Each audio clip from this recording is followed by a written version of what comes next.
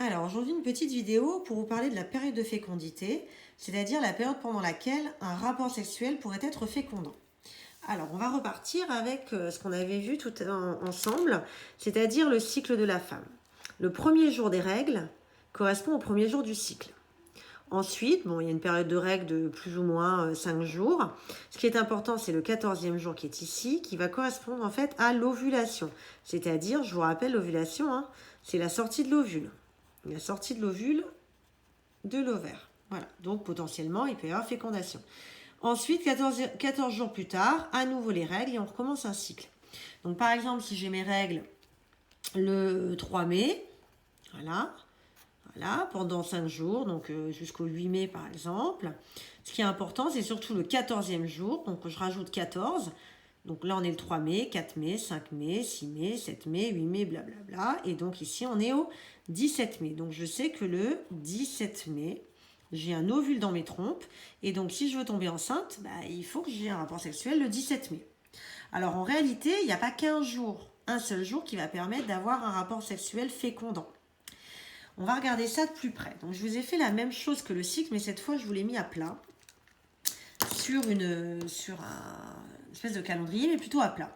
Donc on se retrouve ici avec le premier jour des règles le 6 septembre, 4 jours de règles, 14 jours plus tard, donc le 22 septembre, ovulation, et 14 jours encore plus tard, un nouveau cycle avec les règles.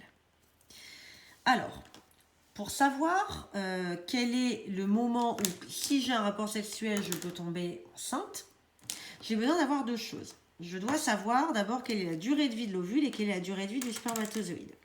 Donc il faut savoir qu'un ovule peut vivre 2 jours dans les trompes. On sait qu'il sort le 14e jour cet ovule. On vient de le voir là. L'ovule sort le 14e jour du cycle. Donc au 14e jour du cycle, ça veut dire que comme il vit 2 jours, le 15e jour il est encore vivant et le 16e jour il est encore vivant. Donc là, 15 et 16, il est vivant cet ovule. Donc jusque là, s'il y a un spermatozoïde qui vient le 14e jour, le 15e et le 16e, il peut y avoir fécondation. Le spermatozoïde, lui aussi, il vit un certain nombre de jours et on considère qu'il vit à peu près 5 jours. Donc, s'il arrive le 15 et le 16, pas de problème. S'il arrive le 13e jour du cycle, est-ce qu'il est capable de féconder l'ovule ? Oui, il arrive le 13e jour et il vit 5 jours. Donc, le lendemain, il y a un ovule. Le 12e jour, ça marche aussi. Le 11e jour, ça marche aussi. Le 10e jour, ça marche aussi. Le 9e jour, ça marche aussi. C'est-à-dire que pendant ces 5 jours-là, potentiellement, il est capable de féconder l'ovule. S'il arrive le 9e jour du cycle, il va survivre pendant 5 jours et l'ovule va sortir et va pouvoir féconder le spermatozoïde. Le spermatozoïde va pouvoir féconder l'ovule. Alors, on va mettre des dates pour que ça soit bien clair pour tout le monde. Je vais prendre une autre couleur. J'imagine que mon premier jour des règles a lieu le 3 mai. Je vais le mettre ici. 3 mai. Donc, j'ai mes règles le 3 mai. Donc, j'ovule quand ? J'ovule 14 jours après, on l'a vu tout à l'heure, c'est-à-dire le 17 mai. Si j'ai un rapport sexuel le 17 mai, je peux tomber enceinte. Mais si j'ai un rapport sexuel le 18 mai et le 19 mai, ça marche aussi, puisque 2 jours après, mais mon ovule est encore vivant.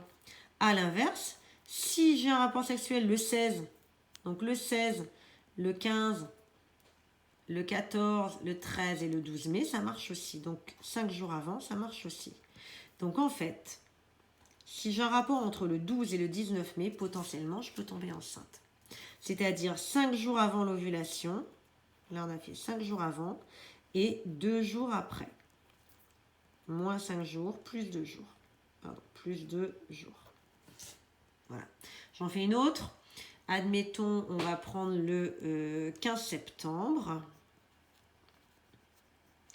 On ajoute 14, donc l'ovulation a lieu le 29 mai. Je fais 5 jours avant, c'est-à-dire le 24 mai. Donc moins 5 jours, ça marche aussi. Je rajoute 2. Donc on est au 29, ça fait 30. Oh pardon, j'ai mis mai, c'est septembre, excusez-moi. Septembre et septembre. 29 septembre. Donc 30 septembre, 1er octobre. 2 jours après. Plus 2 jours. Voilà. Donc la période de fécondité Ici, pour cette personne-là, elle est du 12 au 19 mai. Et ici, elle est du 24 septembre au 1er octobre. S'il y a un rapport sexuel pendant cette période-là, la femme pourrait tomber enceinte.